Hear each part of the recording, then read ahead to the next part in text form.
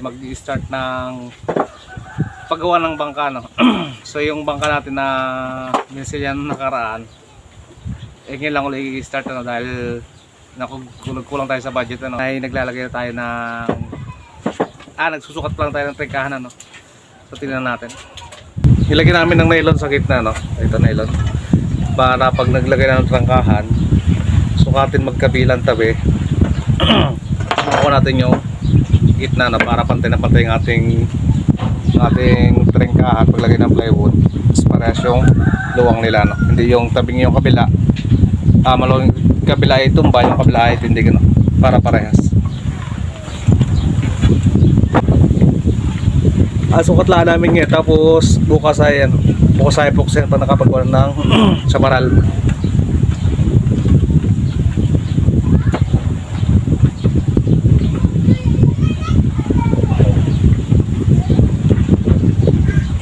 Sakuwarin yung lukan o kalong-kalong yung akuan namin.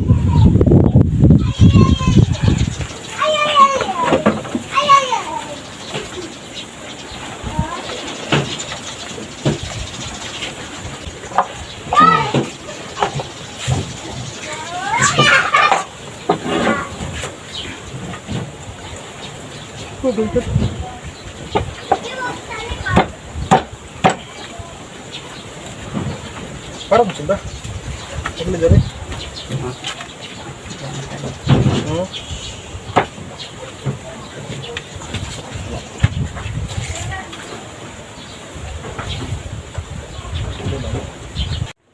Ayun na, ang ating trengkahan ay nakamit siya, no? Malikot man. Kapat balikot nga. Ayusin ang ayusin ang pihit, ang ipit. So ito ang nakamit siya, no? Para iwas putok doon sa pang nagkabit ng trengkahan.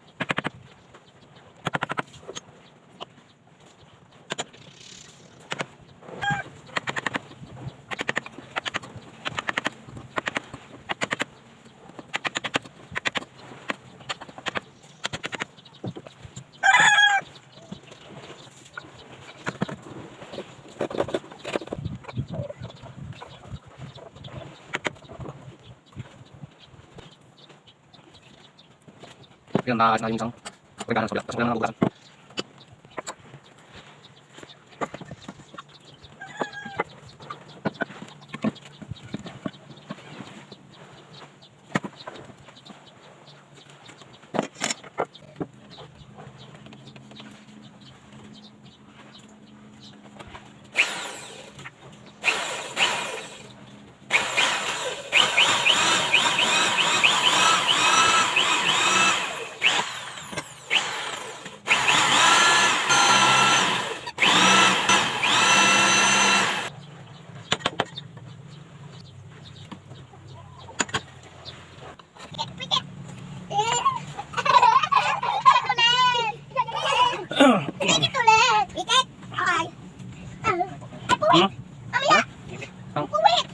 Yun na, okay na yung ating wala sa gitna. Medyo nang nahirap lang gawin natin. Nakamit ka. Yun din.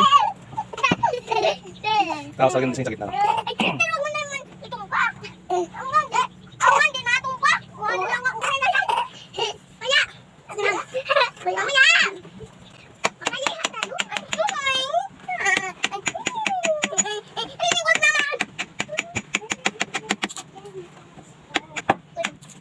Gawin ko still.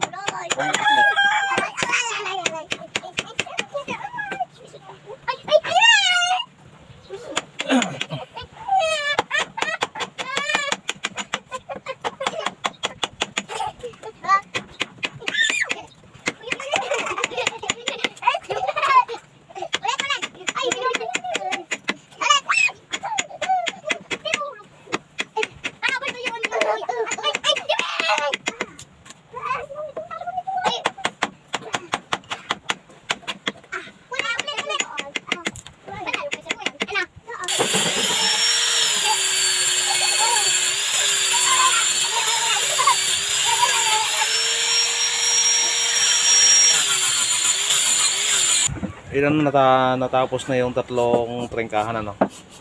Trengkahan muna ang una namin lalagay bago lagyan namin ng ligason. So yun na yung patatlo. So, yung isa, so, ito yun. So isa na lang yung lalagyan ng design ano. Lahat ito ay nakamitsa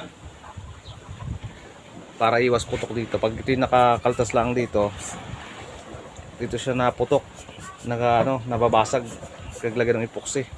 So pag ganito, hindi siya naputok. Kahit persahe ng tali pataas, matibay siya. Hindi kagaya nung nakakaltas laang. Pag yung tinalian ay misay naputok dito.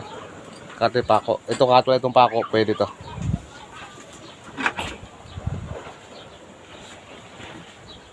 Yun lang yung huling alagyan alagyan ng design.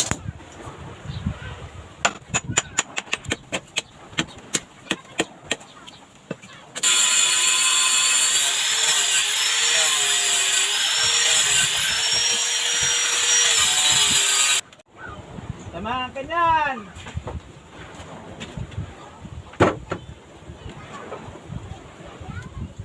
Parang may katabi yan. Payat naman ang buko ngayon. Ha? Payat. Ren, yung nandun. Ang laki? Oh, payat yung buko ngayon. Yak-yak yung yung nit-nit yan, yan. Napuso yan. Ipit na yung kumong ko na yun. Yung isang palapa na yun. Ay, tayo sa labas yan. Nandun sa labas. Ay, huli maluwang. Ano yung 22 sa rin huli no?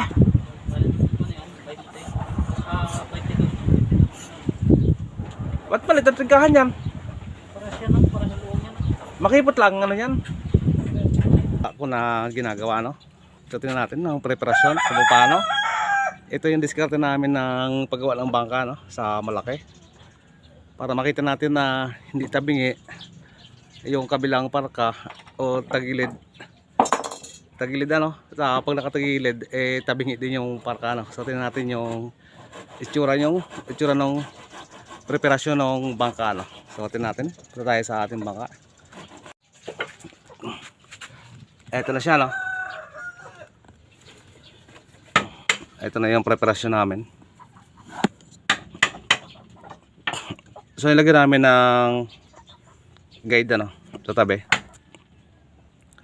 Para makuha natin yung eksaktong tindig ng mga ligason ano. Dahil pag ang ligason natin ay hindi siya pare-parehas, nakikita yan sa plywood sa parka ng plywood na na usbud-usbud sa plywood din yung ating ligason.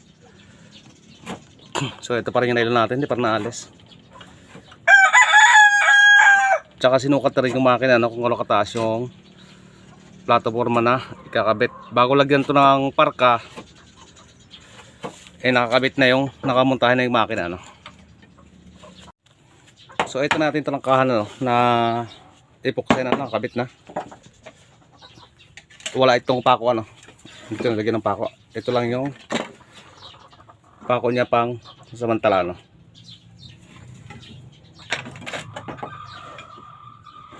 Ito na yung kanyang itsura. Skeleton na siya, naka-preparasyon na yung mga ligason niya Nakaka-preparasyon na to. Wala na lang ang kulang pa yung aking nalinisan na pangligason, kulang ng isang peraso. Ayun nakapag-epoxy na ng ligason kompleto na, ang kulang lang natin ay parka.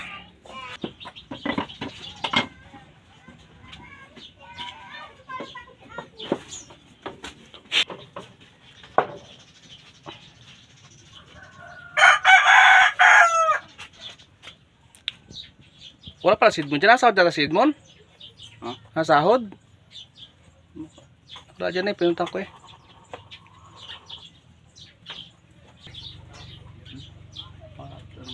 Ha? Dala naman na rin ang paglilidayan. Ano? Wala na isang kanto na rin.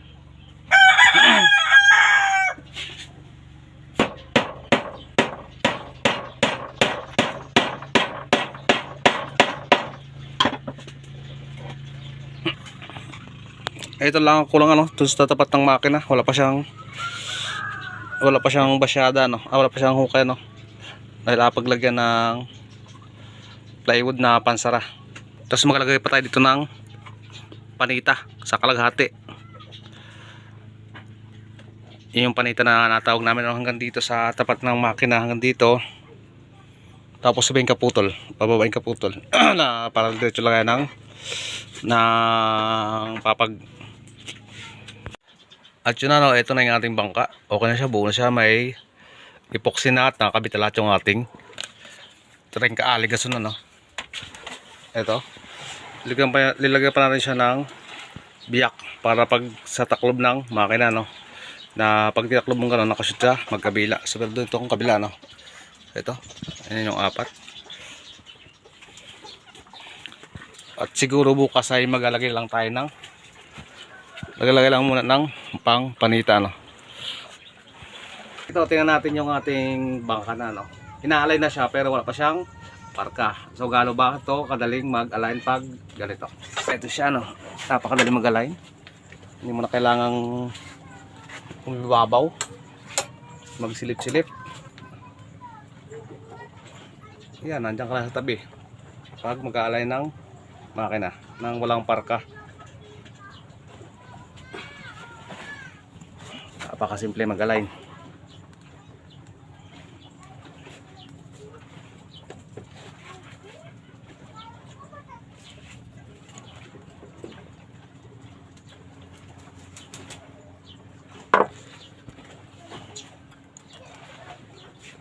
Kaysa magmuntahe tayo ng may parka na no, mas mahirap yun.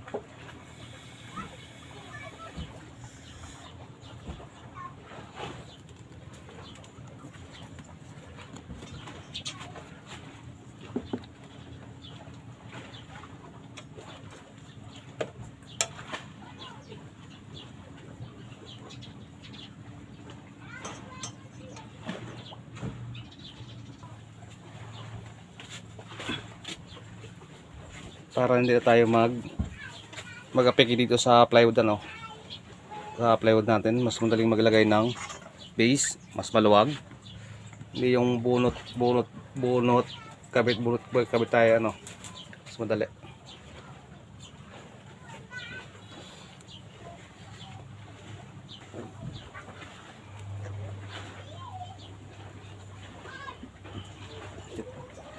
So ito yung panita no. Ito yung palitang tinatawag ano.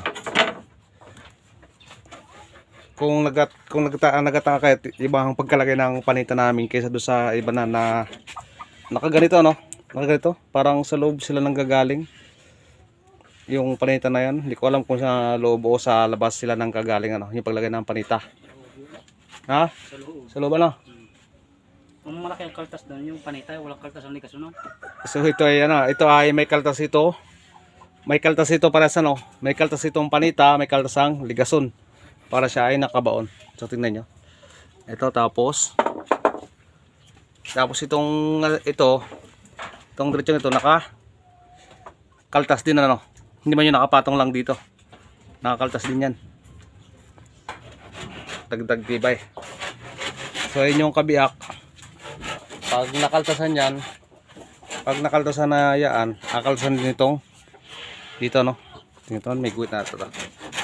So yun ano. Yun. Yun yung guhit na ito. Itong guhit na ito. Tingnan kaltasan. Ito yung guhit. Yan.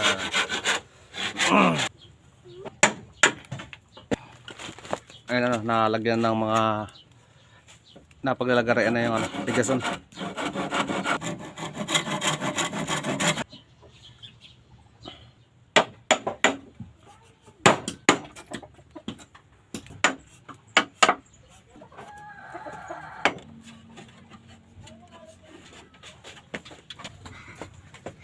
Tayo ng plywood ano, ipit siya ng plywood ano. Hindi siya matatagtag. Hindi kagaya na sa labas. Sa loob ng galing palabas. Hindi siya ipit ng plywood. Nagtabas na kami ng pangdaydayan ano. Ang daydayan natin ay 2x3 ang 3 ang lapad niya, 2 ang kapal niya, no? So hindi siya, although puro 2, siyempre sa padulo ay medyo manipis, mga medyo uno, mga ganon. Masyada kasi ano ito eh, baon sa plywood ang daydayan natin, nakabaon para mas matibay. At yun nga, no, parang baga tayo maglagay ng magtabas ng daydayan, ano. Na kaming space dito sa loob, paggawaan sa deck na kami nagtatabas, ano. Kasi yung bangka natin na inagawa ay sinira namin yung baitanga namin dito, ano, yung harang para lang makapagawa sobrang sikip.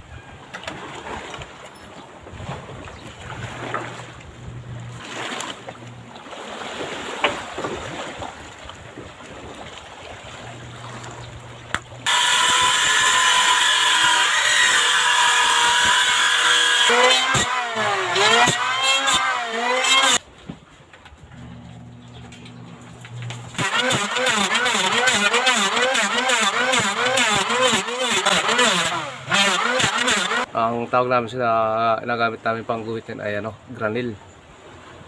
Granil. Ito. Dalawang guhit yan, no? Na sinukat dito sa ano, plywood. Na ito yung dadaanan, ito yung alsin yung gitna para pag sinalpak natin dito, shoot siya dito. Sinusukat mo na yung lalim nung hukayin dito, no? Tapos papatagilirin yung talim. Kung kalalim yung ihuhukay sa pandaydayan natin.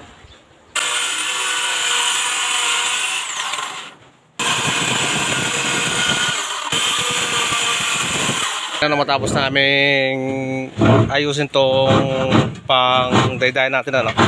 Okay na to, may hukay na. Ito na, no, meron na yung dalawa. Tayo sa taas, tapos ngayon naputulin to, no. Kailangan to ay nakamit siya ng yung una, pero yung trakahan na hindi. Tsaka itong dalawa dito naputulin na, no. Tapos yung ulit naputol na. Pagkaputol nito ay magkasukat naman tayo ng daydayan na sukat.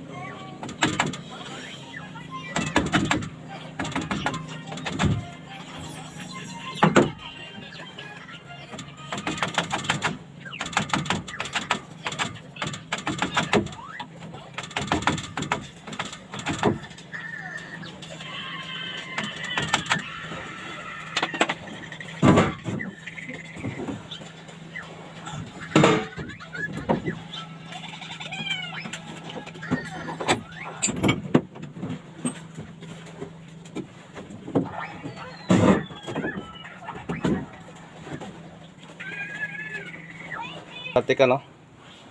Puro lubid lang tayo wala, dahil kulang tayo sa gamit. Wala tayong mga gato, yung mahaba. So kulang tayo sa gamit kaya puro kahoy lang at saka lubid ang gamit namin. Medyo kulang sa budget. Hindi tayo nakabili nun. So ito na. Ito na yung ating try tayo na no? So 3x2 tayo ano, ang gamit natin. Ito, yung huli naman diretso na lang ngayon nakagawin na no. So may tabas ng kahoy. So gagawin na lang ano. Tapos ako ay magkaputol ng mga pako sa loob. Nakita namin yung ano, yung katugsong. So ang dinay natin ay hindi buo.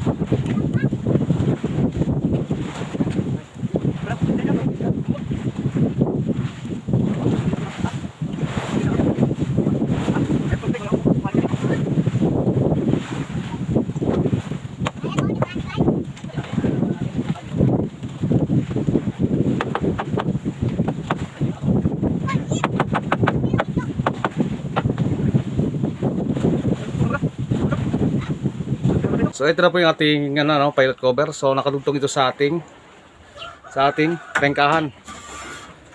Ito. Nakadugtong siya. So hindi siya putol, buo siya dito. Nakadugsong. Tapos dito sa tinutulok ko na tira, ito. So nakadugsong din siya, no. Mas malaki ang tibay niya. So nakadugsong din siya. Ito. Nakadugsong siya, no. Mas matibay siya. Tapos ang ating kamarote ay nandito, no. Nandito sa labas tayo magtatapal. So nasa loob, no. Dito tayo. Tapos ito, nakadugsong rin siya, no. So mas malaki ang tibay niya kaysa doon sa iba na nandito nakalagay. At yung nandito, tapos wala naman siyang nandito, tapos wala naman siyang basyada, no. So dito natin ipapako yung plywood dito. So paglagay natin dito ng patong ng tarik, diretso sa dito sa hanggang dito sa may arurong dito. Hanggang sa may arurong, tapos buo na to. Buo to, may taklob na plywood. So panday talaga, no, yung ating gagawing bangka. So yun, balik po tayo ulit sa bangka natin, sa update tayo na paggawa ng kamarote, no. So ito yung kamaroteng nagawa na nung kapatid ko, no. So ito yung itsura niya. So ito yung itsura niya, no. Ito. Titingnan nyo. So hindi siya gaya ng ibang kamarote, no. So ito, back natin yung camera. So ito na yung kamarote, no. So may design siya na pag ganon. Hindi kagaya ng ibang kamarote na simula dito gaganon lang, ililiko lang pag ganon. May ibang design ito, tapos ito may butas dito. Nilalagyan natin ng palo pa ganito, no, palo. So ayan, kulang ng palo niya, no. Tapos maglalagay tayo ng dalawang solar sa taas. So ito na itsura ng kamarote na hindi pa siya yari, pero meron na siyang design ng plywood niya. Ito yung design ng plywood niya, no. Kita ko rin po yung ating kamarote sa unahan. So ang advantage po nito ay yung nilagay natin na kahoy na yan ay may basyada na, no. May daan na ng plywood mismo. Ito yung nilalagay ng korlapan. Tapos ito yung babaw niya, no. Meron na rin. Mayroon na yan. So malapit ng mayari, no. Konti na lang. So ayun, ano.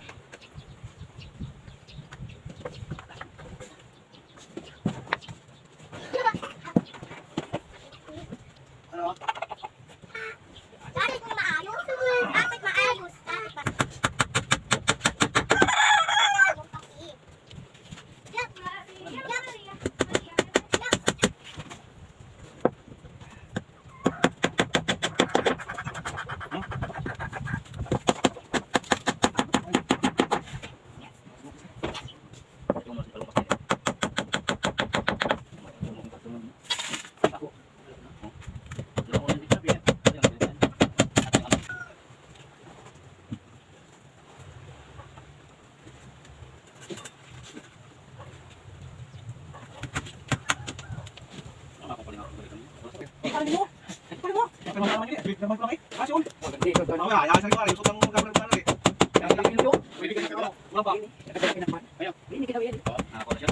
Kinuha ko din. Pinapirma ko din sa pamana.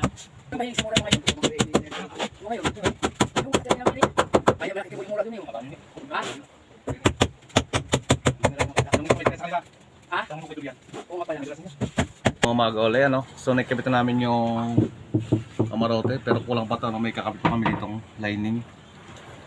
So ngayon namin kakabit yung lining, ano.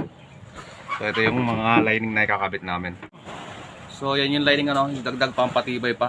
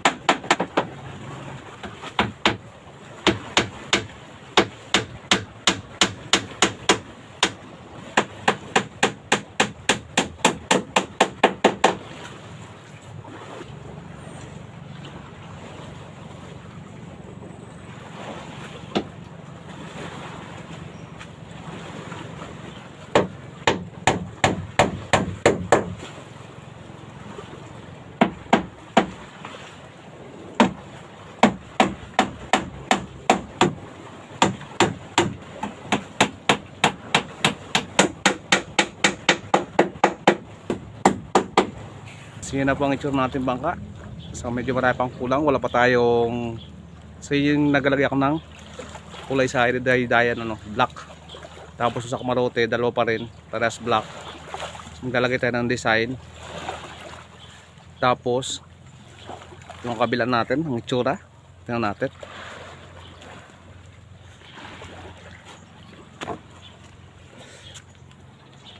So plain na white pa rin yung kabila, no?